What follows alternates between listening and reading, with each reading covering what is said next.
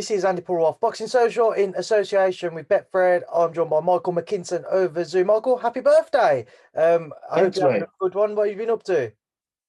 I celebrated yesterday. I originally wanted to have a bit of a celebratory party after beating Ortiz. And obviously I didn't want to think about it till after I'd got back. But obviously I didn't fight Ortiz. So instead we had a birthday party and I got to socialise and see people that I've not seen in a couple of years.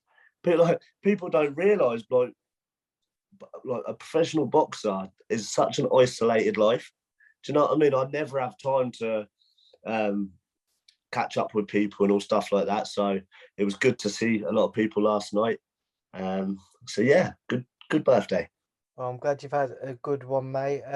We also saw last night a domestic foe of yours, Benn, stopping Chris Van Heerden in the second round of their bout. What was your thoughts on his performance and his knockout victory, Michael? I thought it was expected. I told my friends, everyone asked me, what do you think of the Benn fight? And I said to a couple of my friends, I think Benn inside 3 rounds, and I was completely right. So yeah, I think fair play to him, but I think he'll get a lot more respect when his level of opposition changes.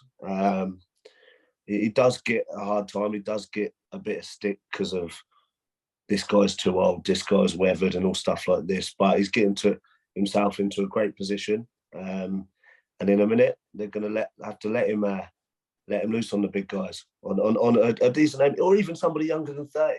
Somebody with not a lot of years, lot of rounds on the clock, you know. So yeah, it'll be exciting to see.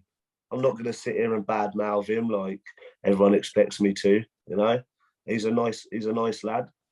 Do I see myself getting a fight with him? No. So what's the point? What do you think that is, Michael? Because one thing which people do question with Conor is he hasn't fought somebody else on the domestic scene. Granted, he's fought all these other former world champions or former top fighters, but maybe towards the back end of their careers, he hasn't looked at that domestic scene. Why do you think it is that he hasn't been taken down that route, and why do you think you won't be in the picture? Because I'm the problem for them all. I am, and everyone knows that. Everyone knows that I'm a huge banana skin, and I'm all wrong for Conor Benn. Like a lot of people believe that as well. So he doesn't need to fight me. Matchroom have done an amazing job with him, getting him into a great position and stuff. So yeah, obviously I would love the fight. And if anybody in the UK, bar the Kell Brook one and Khan, I deserve the fight more than anyone else in the UK except them two. So but yeah, do I see it happening? No, not until I keep winning. It keeps pushing them guys in the corner, push them into the corner, and then they'll have to fight me one day. Michael, are you confident the pair of you could meet at some point? I remember originally when you was due to face Ortiz, I asked Eddie if Michael was to overcome Virgil, would you be open then to the Benn fight? And he said, yeah, 100%, because you've beaten somebody who's on paper better than anyone who Conor would have done. Do you think you two will cross paths at some point? Like I said, if I keep winning, it pushes them into a corner a little bit, because there'll be 2 guys over here that keeps winning. Do you know what I mean? I'm 22-0. I've fought everyone that's been put in front of me. I've never shied away from the fight. I've had to take bigger gambles than he has, I believe, to get where I am. So yeah, I've shot him. Don't forget, I signed to fight Virgil Ortiz. I turned up to LA to fight Virgil Ortiz. It wasn't my fault that he got unwell and all stuff like that. I turned up, you know. So Conor Benn, it would not bother me, a Conor Benn or any of the other names. I'm not scared of any of them. Just on that front, when you was when all of that had happened with Ortiz and him pulling out, you know, you've been after a big name for a while, Michael, going out there, making your American debut as well now. How much does it whet your appetite for a big name even more so, because he just fell for it at that last minute for no fault of your own? I deserve a big name. I really do. and you know, like I've got a huge. My followings just keeps getting more and more. Obviously, I left America and had a lot of new supporters. The Americans know who I am. So yeah, in hindsight, Ortiz pulling out, it wasn't the worst thing in the world. I got a lot of his supporters on my side. The Americans, like the way I handled myself in media and stuff like that, they really like respected that and liked me for it. So and I still got paid very well. Still got paid very well. Golden Boy. So I'm the one laughing at the end of it. Really, I'm in a great position. I've got a great team. Like I'm promoted by Matchroom, you know, and Lee Eaton, my manager's done an amazing job guiding me through.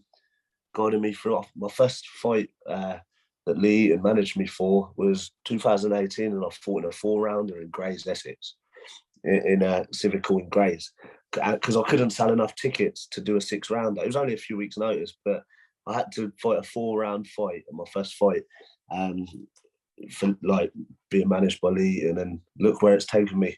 Look at the way my career's been guided and my rise over the last couple of years. It's been great. Now I'm on the world scene.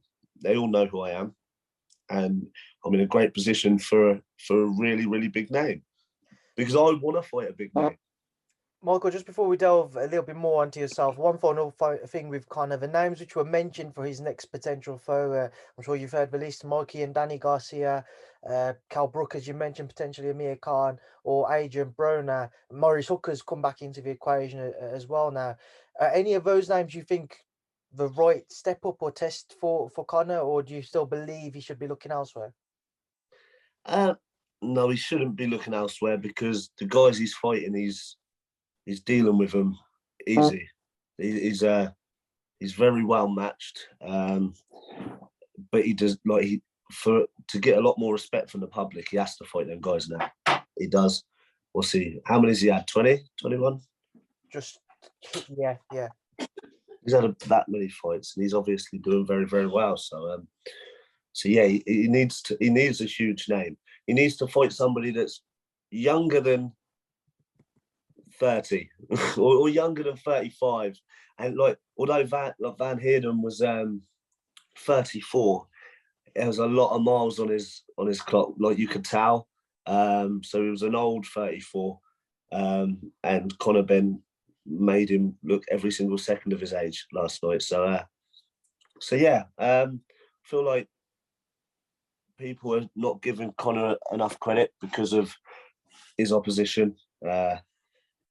So yeah, why not? Like if I was Conor, I would want to fight somebody, a big, huge name, where the people can't say, "Oh, he's old. Oh, he's not good enough." Do you know what I mean? That there's a genuine threat going into the fight. Because I thought Conor would knock him out within 3 rounds. A lot of people thought Conor would knock him out in the fight anyway. So until he's matched against somebody where people don't believe that, then he's not going to get a lot of credit. He's getting credit for looking great. Like, he's getting credit for looking great, knocking him out. But as like a world level fighter, there's still that question there. Michael, coming back on to yourself, as we haven't had a chance to speak since you came back from America, just I'm sure you've done a number of interviews since, but just walk me through that entire kind of experience of going out there for Ortiz and then having all of the replacement opponents, and especially the one who ended up weighing, was it 30 pounds more than what the agreed weight had been. Just talk me through that entire situation, please, Michael. Okay, so I found out about Ortiz back in November. So I was in camp from November, and I was due. I thought I was going to be fighting him in January at the beginning. So by Christmas, I was fit. My weight was low, so I sacrificed an extra 2 months of camp. Like, I was in camp for nearly 4 months. Got to America, like every fighter would say, this is like life changing for me. Best condition I've ever been in. And then it was going a bit quite hot. Like, I never thought of it, but it was fight week, and I had to do a California State medical. So I went for the MRI scan and stuff. And as I came out from the room, Lee Eaton was on the phone. He was out in Dubai. Ortiz has pulled out. He's not well. It's unfortunate. I felt like I was a balloon that just been deflated. It was a horrible feeling. And people like asked me like how I managed to stay positive all week, and I don't know how I managed to stay positive. It wasn't easy, but all that I thought was Golden Boy still want me on the show. I came here to fight their superstar. Do you know what I mean? I came here to fight their superstar. So they tried very hard, and I said yes to 7 names. I don't know if I'll be able to remember all 7 names, but one was the guy that weighed 30 pounds heavy. The Ivan Panzic, who was like a 6'3", 6'4" welterweight. Then there was a shorter guy that was a big puncher.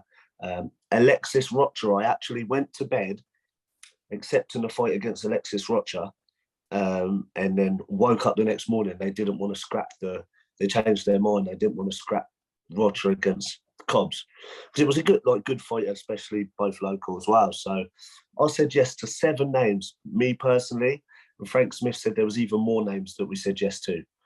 So like all week it was like yes, yes, yes, yes. Anybody, whatever style, whatever shape they were. Like one was tall, one was short, one was a come forward fighter. And in the end, it was the day before the weigh-in, and I was in my room chilling out early night on weight.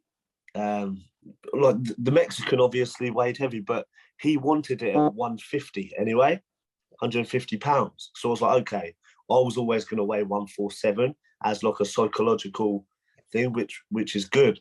So I was on weight the night before the weigh-in, and my dad and Ian Ritchie called me downstairs like, he's 30 pounds heavy, we've seen him weigh in. But Golden Boy have flew in one of their fighters from Chicago. He was already there. Like I feel like he knew at the beginning of the week he was fighting me. And I had 2 options. I either fight Alex Martin, who was a slick southpaw, which I was training to fight a completely different style for 4 months, or go home empty-handed. And which that was never going to happen. Like I would have fought anybody. So I was like, right, is it 147? He weigh 147 tomorrow? They went, yeah. Like he knew at the beginning of the week he was fighting me, like genuine. So I didn't really moan. I didn't want to make excuses. I didn't even watch him. It was the night before the weigh, and I was 147. Yeah, and I went straight back up to my bed in a bad mood. That was the worst mood I'd been in the whole week. Worse than the Ortiz pullout, all stuff like that. And yeah, I managed to. It was the first southpaw I fought, which I don't know why it's took me 22 fights to fight a southpaw, because I spar southpaws very good. I enjoy sparring southpaws, so I don't know why it's took me 22 fights, but I was training for a long time to fight Ortiz, to have 48 hours to think, right, now I'm fighting a southpaw. And it not just a southpaw, a very slick southpaw with that style, which you rarely get over in the UK. So I never really spar people with that style. So it was a whole new challenge for me. But like I said, good fight don't matter what the style is and what the circumstances and the changes of opponents and stuff. A good fight will always get it done no matter what the circumstance. And it wasn't the most eye-catching performance because of his style. He was very, very negative. He was good defensively. He was very good, but it's just he didn't really want to fight. So yeah, it wasn't my fault that there was a few boos in the crowd, but I got it done like nonetheless. And even just walking out, like as soon as they announced me to the ring, walking to the ring in LA, the first Portsmouth fighter I ever fought in the States, it was best moment of my whole career. Best moment of my whole career, especially after the week that I went through as well. I mean, Michael, from a position back here in the UK, I don't think anybody can give you nothing more but just huge credit and respect for how you handled it all, and you came through with a victory in the end, when I imagine it could have been very easy to kind of take your eye off the ball, given everything that had happened in that week. But a few people said that. A few people, like especially the Americans and they was like, after the first or second opponent pulls out and or stuff like that, most people would have had a tantrum, packed their bags and gone home. And I just wanted to stay as positive as I could, because all that in my head was, for a lad like from Portsmouth, where I'm from, this is huge. It's huge. I had the local newspapers fly out with me, and like I had more people fly to watch me in America than I did for my first few pro fights in Portsmouth. So it was a huge thing for me to be able to fight in America, and yeah, like I'm proud of myself the way I handled it all, and the way I fought, because not many people would have been able to go through that week and still get it done, and I did. Michael, do you believe the Ortiz fight will be revisited? I don't know. At the beginning, he didn't need to fight me, so I felt quite lucky to have been able to get the fight with Ortiz, life changing. And then when he pulled out, and they say, "Oh, it may be a weight issue and all stuff like this." If he fights at 147 again, then that's a different thing. But I'm not counting on getting it. He could fight for a world title. Like, you don't need to fight me. But would if he does campaign at 147 again, surely I do deserve my opportunity. Michael just mentioned the world scene. During the night last night, we also saw Errol Spence stop your Denny Ugas in the 10th round of their contest. What did you make of Errol's victory? I've not seen it. So I woke up this morning. Obviously I'm in a group chat, so I knew straight away, and I knew he was hurt in round 6. Yep.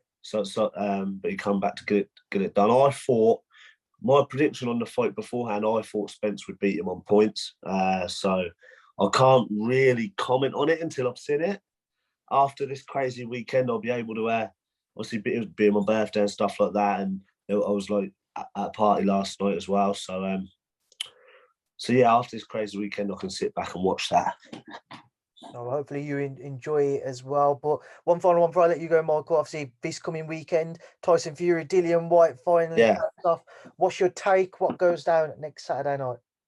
I would never bet my money against Tyson Fury, but I also wouldn't be surprised if Dillian White pulled an upset, because it, like everyone says, it is heavyweight boxing, and he's a huge banana skin. Like, it wouldn't surprise me if he pulled it off. Like, to be fair, but I will stick to what I know about boxing, and I would say Fury wins comfortably. Points or stoppage?